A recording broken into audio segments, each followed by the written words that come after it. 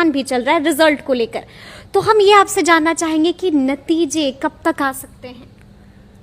देखिए, मैंने पहले भी बताया है कि मैं नतीजों को एक फेज़ वाइज दूंगा जी और सबसे पहले मैं 11th-12th के अभ्यर्थियों को दूंगा, जी उसके बाद 9th-10th और उसके बाद प्राथमिक के। जी और इसका कारण है, इस सीक्वेंसिंग का कारण ये है कि आपने देखा होगा कि हम लोगों ने जो आवेदन आमंत्रित किया था उसमें हम लोगों ने स्पष्ट किया हुआ था कि जिसको भी एक नौकरी मिल जाएगी उसका वही नौकरी हम उसको देंगे, दूसरी नौकरी नहीं देंगे। ठीक है। क्योंकि हो सकता है कि किसी ने तीनों के लिए अप्लाई किया हो, तीनों के लिए योग्य हो और तीनों उसमें उसके मेरिट लिस्ट में आ रहा हो, जी तो स्वाभाविक है कि वो एक ही नौकरी कर पाएगा। और ये आवेदन में हम लोगों ने स्पष्ट कर दिया था कि हम एक ही नौकरी देंगे और जो मिल जाएगा उसी को देंगे। और इसका क्रम जो हमारा है वो सबसे पहले हम उसको 11th-12th के लिए देखेंगे ठीक है। और इसीलिए सबसे पहले हम उसी का रिजल्ट निकालेंगे। तो जो इसमें जिसका चयन हो जाएगा उनको फिर हम 9th-10th में कंसिडर नहीं करेंगे। अच्छा, और इसी कारण से हम इस तरह से फेजिंग कर रहे हैं कि पहले हम 11th-12th का तो निकालेंगे। 11th-12th के नतीजे कब तक, एक टेंटेटिव अगर तारीख आप बता सकें? देखिए, मुझे जहाँ तक लगता है कि 11th-12th एंड 9th-10th जी। दोनों ही लगभग आगे पीछे 15 के आसपास 15 के आसपास सितंबर के आसपास पूरी हम लोग- उम्मीद है कि हाँ, उम्मीद है। जी आ सकते हैं। अच्छा सर, लगातार जैसा कि मैंने शुरू में ही कहा कि हम लगातार एग्जाम सेंटर्स पर थे। देखिए, बहुत सारे अभ्यर्थियों से हमने बात की, काफ़ी अभ्यर्थी थे जो बड़े गुस्से से एग्जाम सेंटर के बाहर निकल रहे थे, मतलब इतना भड़के हुए थे और साफ साफ कह रहे थे कि सवाल तो इतना टफ था कि क्या बोले, मतलब ऐसा लग रहा था कि आउट ऑफ सिलेबस। और बहुत ने ऐसा बोला कि आउट ऑफ सिलेबस सवाल पूछे गए थे। तो क्या बीपीएससी ने ऐसा किया है? देखिए, बीपीएससी ने ऐसा कुछ नहीं किया है। सभी प्रश्न जो हैं वो विद इन सिलेबस हैं। मुझे स्मरण है कि जैसे प्राथमिक में शायद एक प्रश्न था, अगर सर्किल का एरिया अगर 40 पाई स्क्वायर है तो सर्किल के रेडियस के बराबर का स्क्वायर का एरिया क्या होगा। जब मैंने ये प्रश्न देखा तो मैं भी उछल पड़ा, इसलिए कि मैं समझ गया कि ये प्रश्न तो बिल्कुल ही बच्चों वाला है जरूर, लेकिन ये प्रश्न ऐसा है कि एक बारगी में किसी से पूछा जाए तो उसको बहुत दिक्कत होगी, कंफ्यूज कर जाएगा। क्योंकि मैं अच्छी तरह से जानता हूं कि आप भी इसका आंसर जानते हैं या जान सकते हैं, क्योंकि आपने भी वो पढ़ाई किया। ये बेसिक प्राइमरी स्कूल का ही लेवल का मामला है ये। लेकिन एक बारगी में मैंने कई अच्छे लोगों से भी पूछा, ये सवाल का जवाब नहीं दे पाए। जी कई तरह तरह के लोग भटकते रहे। तो सवाल का जो स्तर था या सिलेबस की जो बात कर रहे हैं वो बिल्कुल ही एनसीईआरटी के प्राथमिक के हिसाब से, मतलब प्राथमिक का मतलब 10th तक का, क्योंकि प्राथमिक के जो अभ्यर्थी थे उनका न्यूनतम योग्यता इंटरमीडिएट था। तो इसलिए हम लोगों ने ये किया था कि हम लोग 10th तक का इसमें रखे थे, उसका जो लेवल था, प्रश्न का जो स्टैंडर्ड था वो 10th तक का हम लोग रखे थे। और ये 10th तक के लिए बिल्कुल है। 10th क्या, ये तो प्रश्न जो मैं बता रहा हूँ, उदाहरण दे रहा हूँ, ये तो प्राथमिक का ही है, क्योंकि प्राथमिक के बच्चे ही जानते हैं कि पाई आर स्क्वायर होता है सर्किल का। अगर पाई आर स्क्वायर अगर सर्किल का एरिया होता है 40 पाई स्क्वायर है तो दोनों तरफ से पाई पाई हटा दीजिए तो आर स्क्वायर का वैल्यू इस 40 पाई हो गया, वही आंसर है। जबरदस्त सर जी। तो इतना सिंपल था ये सवाल। जी, जी, जी। लेकिन इस सवाल में भी कई लोग भटके जरूर होंगे। बिल्कुल बिल्कुल सर, और इसीलिए शायद भटके हैं, तो इसलिए कह रहे हैं कि क्वेश्चन जो है, मतलब अंगूर खट्टे लगे, नहीं मिले तो कह दो कि खट्टे हैं। तो मैंने पहले किसी इंटरव्यू में कहा ही था कि हमारा काम ही है कि हम उन लोगों को कंफ्यूजिंग क्वेश्चन दें, बिल्कुल, ताकि तभी तो तब पता अच्छे चलेगा। candidates। जैसे ये क्वेश्चन देख के मैं बहुत खुश हुआ कि ऐसा क्वेश्चन पूछा है जिस सेटर ने, तो बड़ा अच्छे तरीके से उन्होंने ये क्वेश्चन पूछा है। काफी अच्छे तरीके से, बिल्कुल। अच्छा सर, एक और सवाल है मेरा कि कट ऑफ क्या, आपने कहा है कि अब जिनके जो अंक हैं अगर कम भी अंक आते हैं तो कट ऑफ में भी थोड़ा सा फेर बदल किया जाएगा। देखिए, हम लोगों ने ये कहा कि अगर हमारी रिक्ति जी 75% से नहीं भर पाती है तो हम 75% अभ्यर्थियों या 75% रिक्ति दोनों में जो कम है उतना हम लोग जरूर भर देंगे। और उस हिसाब से हम लोग जो कट ऑफ है, जो हमारा क्वालिफाइंग कट ऑफ जो 40% जनरल के लिए जैसे है, उसको हम लोग उतना उस हद तक शिथिल करेंगे।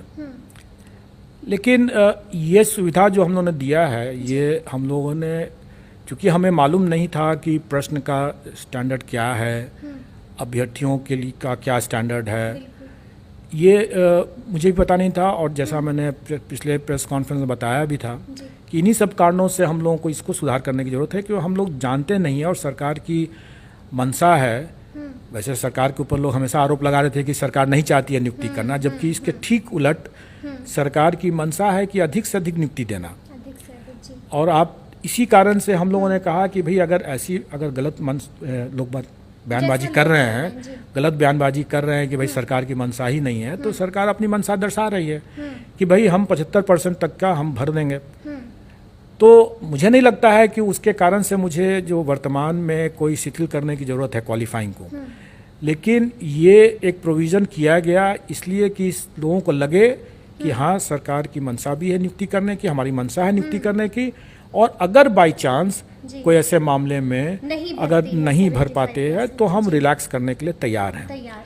और ये बात आपने देखा होगा कि अभी हमारे जो 9th 10th या 11th 12th में हमें जो स्मरण है कि उसमें 4 पेपर जो 9th 10th में हैं और 3 पेपर 11th 12th में ऐसे हैं, उनको छोड़ करके मतलब बाकी जितने पेपर्स ऐसे हैं उसमें अभ्यर्थियों की संख्या रिक्तियों से कम है। तो स्वाभाविक है कि उसमें जो भी क्वालिफाइंग मार्क्स ले आएंगे वो पास करके मतलब उनका हो जाएगा। तो उसमें हमें इसीलिए आपने देखा भी होगा कि हमारे प्रश्न पत्र के जो स्टैंडर्ड थे वो अभ्यर्थियों की संख्या, संभावित संख्या को ध्यान में रख करके ही किया गया था। और इसलिए कई बार लोग जिसे बोल रहे थे कि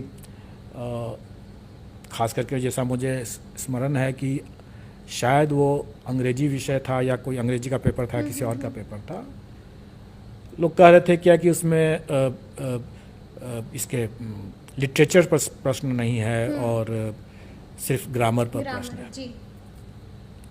तो पहली बात तो जो अभ्यर्थी जो इस तरह से अपने विचारों को रखते हैं, विचारों को रखने में कोई गलती नहीं है, लेकिन उनको ये समझना चाहिए कि जो आयोग उनका चयन करने जा रहा है उस आयोग के जो अपने विशेषज्ञ हैं उनसे ज़्यादा ज्ञानी वो तो नहीं है। बिल्कुल जी। अगर उतने ही ज्ञानी होते तो शायद वो आयोग के विशेषज्ञ ही बन जाते। तो उनको समझना चाहिए कि जो विशेषज्ञों ने जो बनाया है उसको कई चीज़ों को सोच समझ करके ही बनाया है, इसलिए उस पर टीका टिप्पणी से उनको बचना चाहिए। अब वो विषय जब आप देखेंगे तो अभ्यर्थियों की संख्या जो है वो रिक्ति से कम है जी। ऐसी स्थिति में हम कोई बहुत ही कठोर प्रश्न पूछ करके हमें क्या लाभ मिलेगा? बिल्कुल बिल्कुल सर। हमें तो देखना है कि वो अभ्यर्थी जो है वो इतनी दक्षता रखता है कि वो बच्चों को पढ़ा सके। बाकी अगर उसका ज्ञान अगर थोड़ा कम भी है तो उनमें अगर ये टैलेंट है और करके आए हैं तो वो पढ़ा सकते हैं। तो हमको उनका मिनिमम क्वालिफिकेशन, हमको योग्यता को, दक्षता को देखना परखना है। अब अगर कोई ये बात कहता है कि भाई हमने तो बहुत पढ़ लिया, मैंने जो पढ़ा बेकार चला गया जी। तो कोई भी पढ़ाई जो है बेकार कैसे जाएगा? बिल्कुल जी। तब तो यही वाली बात हो गई कि जब कभी लोग अपना जीवन बीमा करते हैं और जिंदा रह गए तो बाद में बोलेंगे अरे हमारा तो बेकार हो गया जीवन बीमा। तो क्या उनको मर जाना चाहिए था तभी उसका सार्थक परिणाम निकलता है? तो कुछ हद तक यही बात है कि अगर कोई पढ़ाई कर लिया, नेचुरली आप ज़्यादा पढ़ेंगे। और इसी कारण से हम लोगों ने कभी भी उसका ब्रेकअप नहीं बताया कि हम किस विषय में कितना हम प्रश्न पूछेंगे, और कभी नहीं बताते हैं, बताना चाहिए भी नहीं। हम क्यों बताएं कि आपसे हम सिर्फ 5 क्वेश्चन इसका पूछेंगे, 10 क्वेश्चन उसका पूछेंगे? ऐसा कोई फिक्स्ड है भी नहीं। जी। आपको पूरा पढ़ना है। हम कहीं से भी 5 क्वेश्चन पूछ लेंगे। बिल्कुल, और नॉलेज कभी जाया नहीं जाएगा। बिल्कुल, और आपको तो पढ़ाना है। बिल्कुल, आप तो सरकारी पदाधिकारी के जैसा नहीं है कि आपने जो पढ़ा उसका उपयोग कम आएगा। आपने तो जो पढ़ा उसको डेली आपका उपयोग है। अब तो दूसरे ही दिन आप जब पढ़ाने जब जाएंगे तो अपने बच्चों को कैसे पढ़ाएंगे? सही बात। इसलिए ज्ञान कभी बेकार नहीं जाएगा, मेहनत कभी बेकार नहीं जाता है। और इसलिए कोई इस तरह के गलत टिप्पणी करने से उनको बचना चाहिए। सर, अब तो डॉक्यूमेंट वेरिफिकेशन भी स्टार्ट होने वाली है सितंबर में।